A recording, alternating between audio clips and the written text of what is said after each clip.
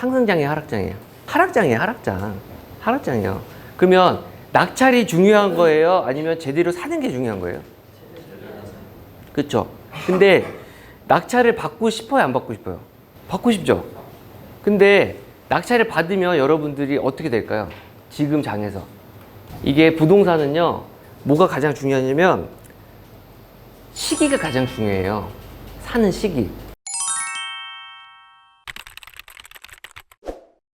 자, 보세요. 21년도, 22년도에 부동산 투자하신 분들 생각해 보세요. 그분들은 잘 산 거예요, 못 산 거예요?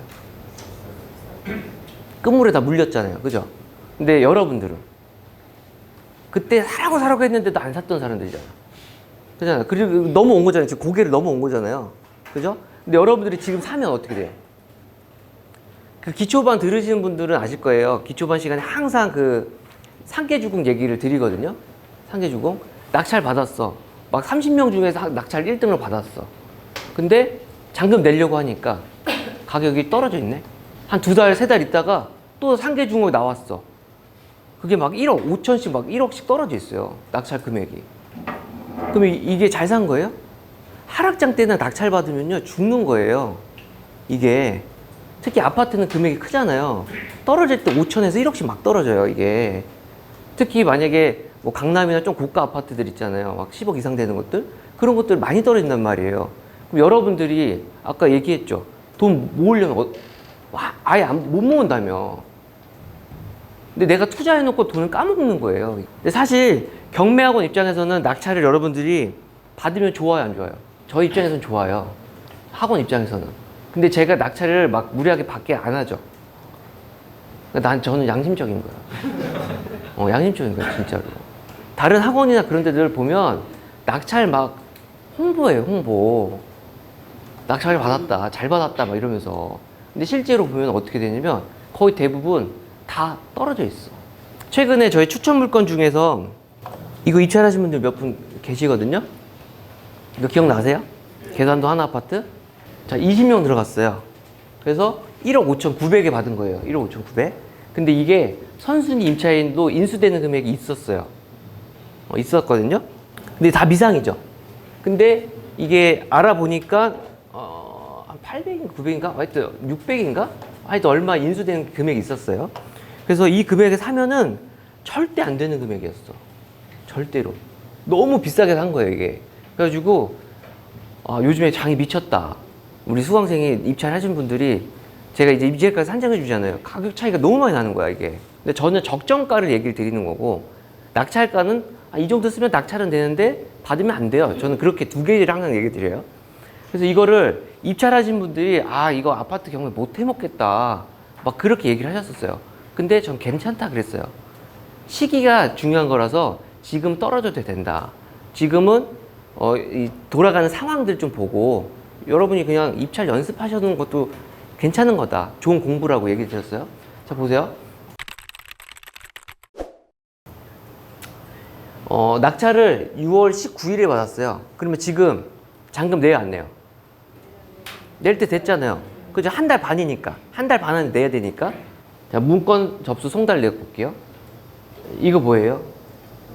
최고가 매수 신고인, 매수 신청 보증 환급 신청서 제출. 지금 이제 거의 미납 가게예요, 미납 가. 비싸게 산 거야. 비싸게 사서 지금 안 내고 있는 거예요, 잔금을. 그리고 채권자가 그냥 속임 빨리 하래. 채권자 좋지. 비싸게 사줬으니까 자기 채권 확보가 많이 되잖아요. 그렇죠? 불어가 안 떨어져요, 이런 거는. 그러니까 여러분들이 부동산은 잘 사면 올라가면 너무 좋아요. 근데 사는 순간 부동산 가격이, 특히 레버리지를 많이 쓰면서 사잖아요. 사서 떨어지잖아요. 고통이 심해요.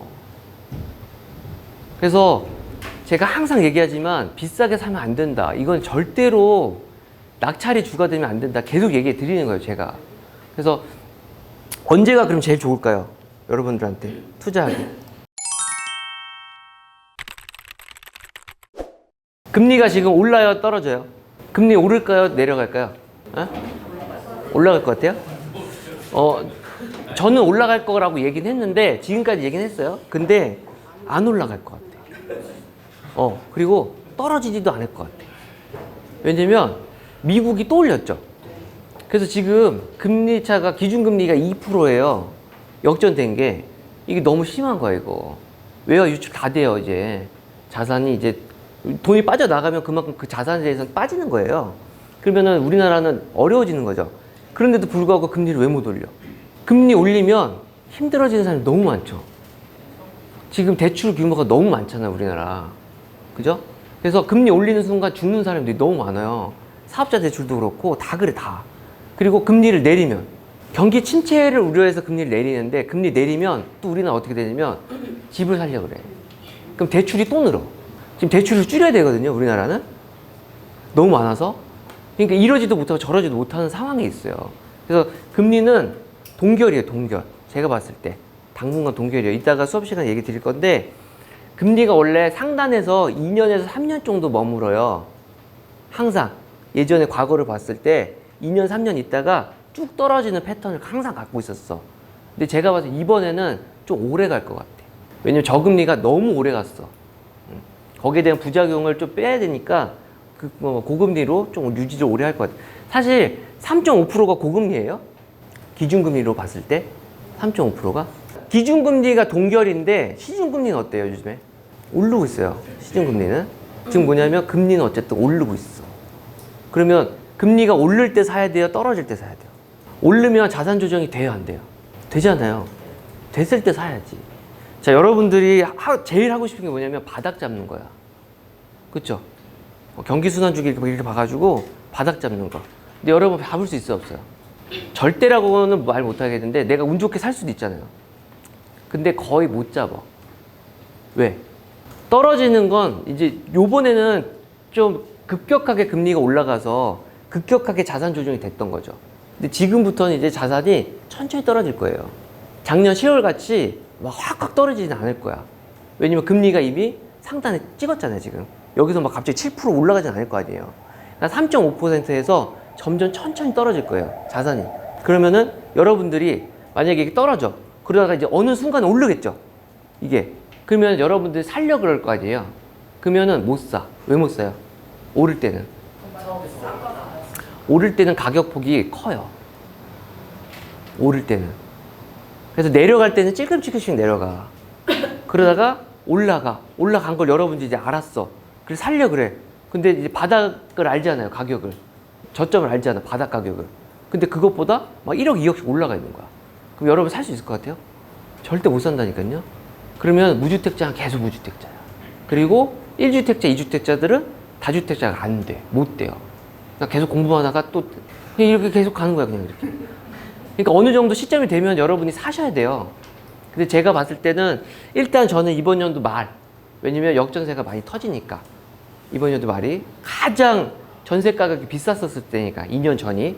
그래서 이번 연도 말이나 내년 초가 아마 가장 거의 피크 정도로 봐요. 근데 이거는 좀 더 지켜봐야 돼. 어떻게 될지 모르니까.